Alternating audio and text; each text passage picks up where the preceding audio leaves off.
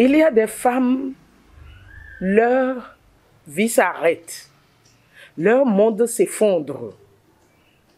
Elles ne voient plus rien lorsqu'elles découvrent que leur conjoint entretient des relations extra-conjugales.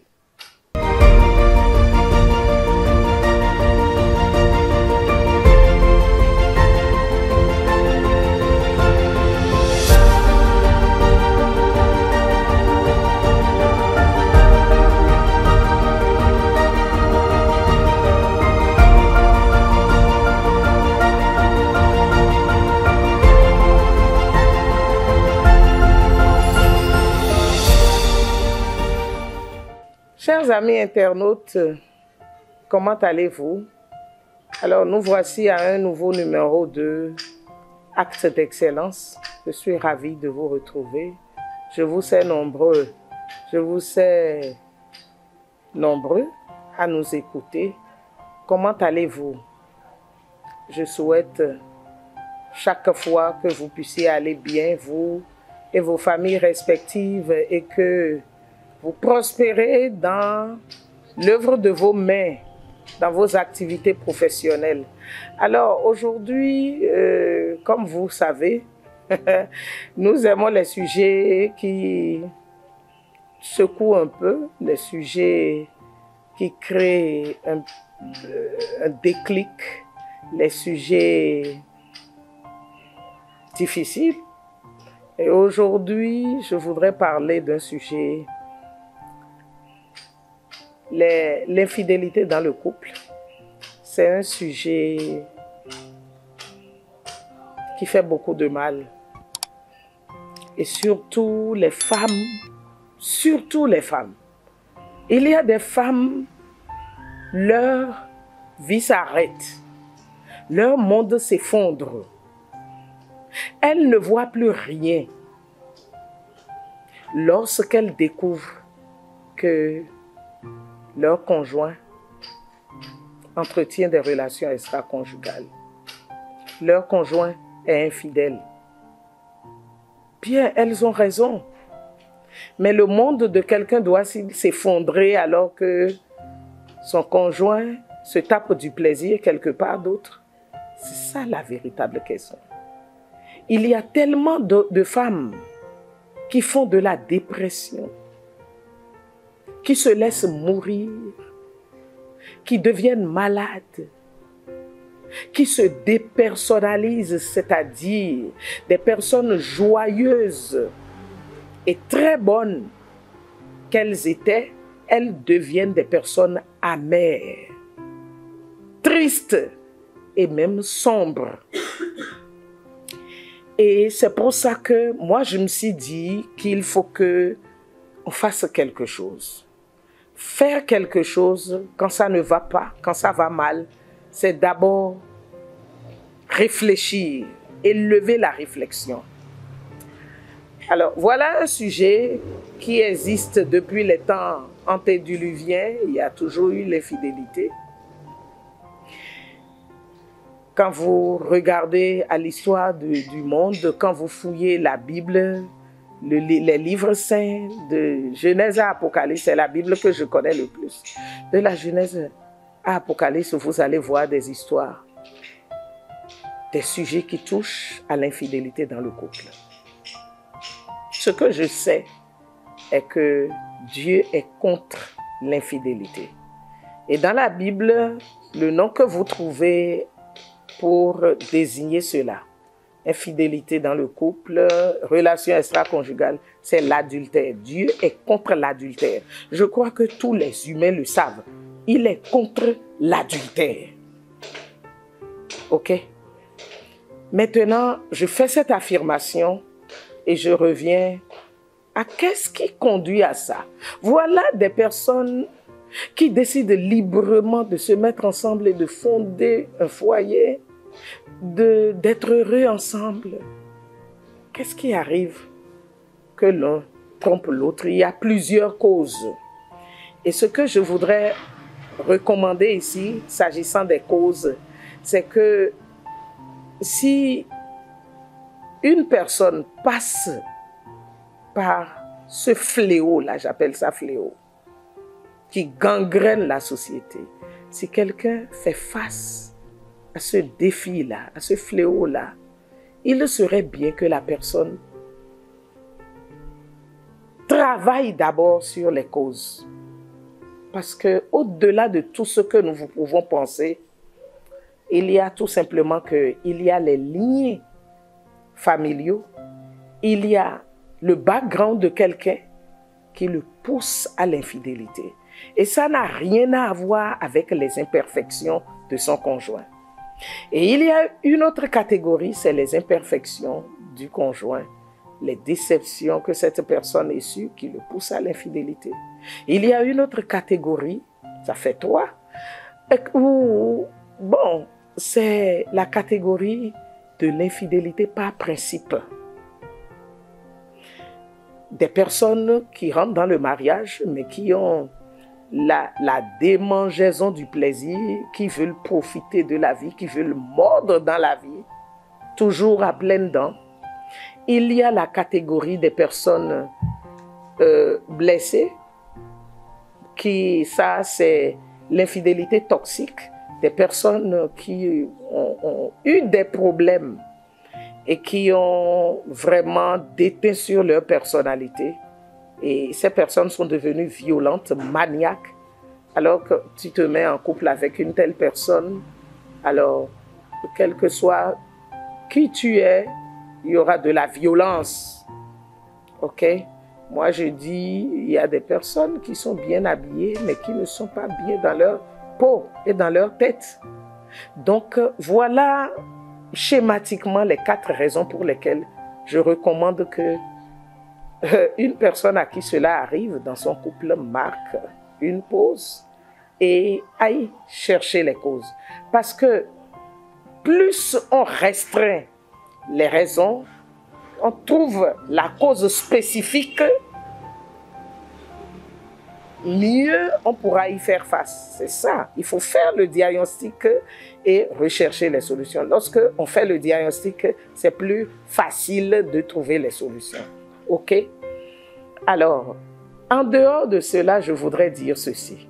Il y a des vérités bibliques que nous devons savoir. La personne qui est infidèle, la personne-là a premièrement offensé Dieu qui est l'auteur des mariages et qui est garant, qui est là, qui est le père des mariages et qui ne veut pas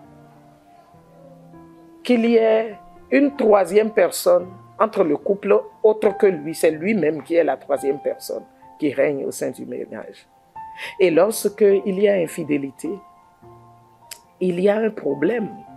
La Bible dit que et les deux ne deviendront qu'une seule chair. C'est-à-dire, au plan spirituel, il y a l'âme des nouvelles personnes avec qui on couche dans le mariage, l'âme de ces personnes-là vient s'installer dans le cœur de l'homme.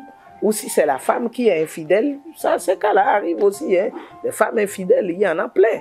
Alors, les femmes mariées infidèles, alors, il y a plusieurs personnes dans le cœur de ces personnes-là.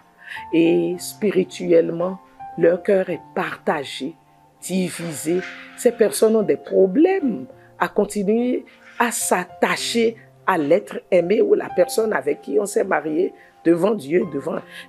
Alors, vous voyez, donc, alors, la première vérité, c'est que c'est Dieu, l'auteur des mariages, qui a été offensé.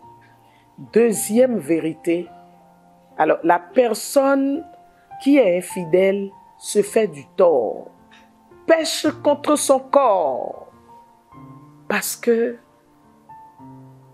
la Bible déclare, ne savez-vous pas que vous êtes le temple de Dieu et que l'Esprit de Dieu habite en vous? Alors, le péché sexuel, lorsque on couche avec qui on veut, on dit c'est pour le plaisir, c'est pour ceci, de façon inconsciente, quelles que soient les raisons, c'est qu'on pêche contre son propre corps. Ça là, il faut le savoir. Ok? Alors, il faut une autre vérité que je peux donner ici, c'est que la personne qui est infidèle, cette personne-là a un souci, a une faiblesse. Parce que c'est une personne qui, au fur et au su de tout le monde, a fait des promesses devant Dieu, publiquement, s'est associé. Maintenant, en cachette, est dans l'infidélité déloyale, voit d'autres partenaires, autres que son partenaire. La personne là, oui, il y a déjà le mensonge, il y a déjà le détournement des ressources, parce que si c'est un homme, il prend forcément l'argent de sa famille pour utiliser dehors. Il y a beaucoup d'autres problèmes qui se greffent à ça. Ok? Personne n'a un problème parce qu'il vit dans le mensonge désormais. Hein? La personne cette personne-là a besoin d'aide. Franchement. Mais souvent, ces personnes-là, infidèles, surtout quand c'est les hommes, ils sont vraiment arrogants, hein, et puis imbus de leur personne. Mais c'est des personnes qui ont besoin d'aide. Et cette aide-là, c'est la femme, c'est le conjoint. Et en plus de ça, la personne victime d'infidélité peut trouver en Dieu un allié pour faire face à cette situation. Et une autre vérité dont je veux parler, c'est que, la vérité biblique est que le corps de l'homme appartient à sa femme et le corps de la femme appartient à son homme. C'est dans 1 Corinthiens chapitre 7. Ok? Et alors, si la personne qui traverse ça est une personne spirituelle, est une personne qui connaît la parole de Dieu, est une personne qui veut bien, c'est si la personne le veut. Hein. Parce que beaucoup de gens croient que quand l'infidélité arrive, c'est le passeport pour aller au divorce, à la séparation et au divorce. D'accord? Et moi, je respecte l'opinion de tout le monde, hein, mais j'oriente, j'exhorte, je veux dire qu'il y a d'autres moyens de gérer l'infidélité dans le couple et par la prière et réclamer. Alors, lorsque le corps du conjoint m'appartient, alors par la prière, par le moyen de la prière, je peux réclamer ce qui m'appartient et réclamer. Parce que la parole de Dieu dit que le mariage soit honoré de tous et le lit conjugal exempt de toute souillure. Dans ça, vous voyez Hébreux 13, verset 4, vous voyez pourquoi est-ce que Dieu est l'allié de la personne qui est victime d'infidélité et comment la personne peut aussi réclamer ce qui lui appartient, qui est le corps de son conjoint. Donc, je voudrais partager de façon sommaire les causes et aussi ces vérités bibliques-là pour encourager à faire face comme cela se doit au lieu de se laisser à la déprime. Non, si un conjoint veut partir, la vie continue. Ma vie ne s'effondre pas. Il y a beaucoup de femmes qui se tuent à cause de l'infidélité dans le couple. Il y a beaucoup d'hommes aussi qui se tuent. Il y a beaucoup de personnes qui se trouvent dans les centres psychiatriques à cause de l'infidélité dans le couple. Et donc leur vie, leur monde s'effondre et c'est ça. Un jour, j'ai parlé de ce thème quelque part dans une communauté et il y a une dame d'un certain âge, elle a dit non mais écoutez madame, vous parlez de l'infidélité comme si on devrait l'accepter, on devrait l'admettre et elle dit non, j'ai juré, moi, que l'infidélité ne rentrerait jamais dans ma maison. L'infidélité peut passer devant mon portail mais pas dans ma maison. Et j'ai dit, dans ce cas, madame, prenez le sujet et allez devant la face de Dieu pour faire alliance avec Dieu. Parce que seul Dieu peut empêcher ça. Sinon, le vécu dans la vie des êtres humains, c'est que l'infidélité frappe au début, frappe au milieu, frappe à la fin, des années après. L'infidélité peut frapper à tout moment, à moins que, selon moi, on prenne le sujet très tôt et qu'on fasse alliance avec Dieu pour veiller sur ça. Si une personne sait que je ne peux pas supporter, alors que la personne soit irréprochable dans sa relation avec son conjoint, que la personne veille sur tout.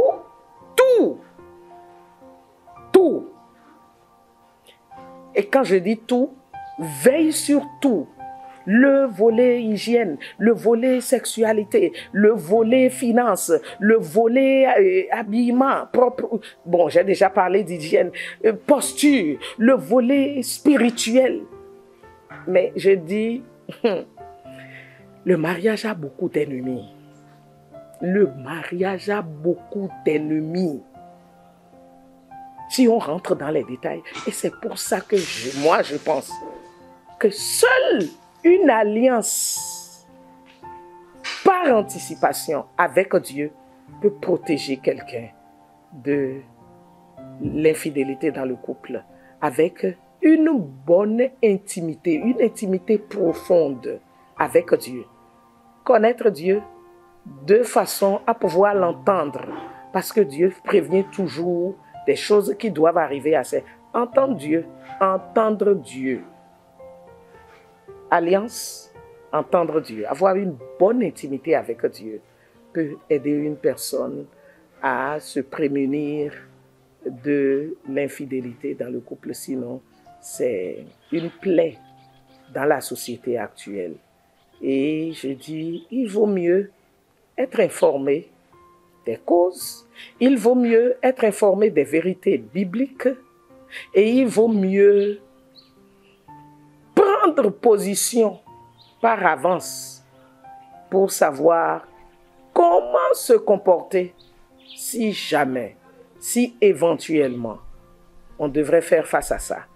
Il faut mieux savoir les tenants et les aboutissants de ce sujet aussi pour être utile dans la société, conseiller les gens, accompagner les gens, parce que vraiment, le sexe est bon marché actuellement et les êtres humains mariés aiment être parjus, on rompt,